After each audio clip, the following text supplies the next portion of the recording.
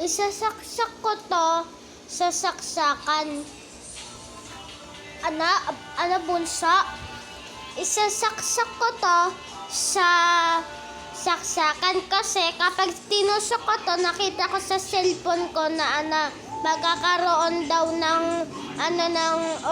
ng powers kapag tinusok ko to. Ay basta, sige, bahala ka dyan. Ay sige.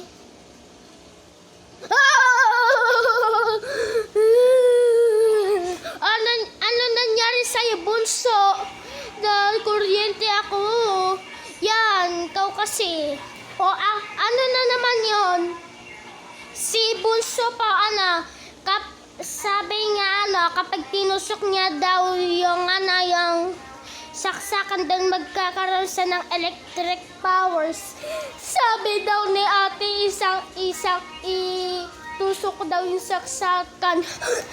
Ako pa ba? Huwag ka na magpaniwalag. May magpaparinig ako muna po sa inyo. Itutusok ko to sa saksakan. Tinatadro mo ko, anak bunso. Thank you, Yaya. I got you. Kailangan ko to sa'yo bawat ina.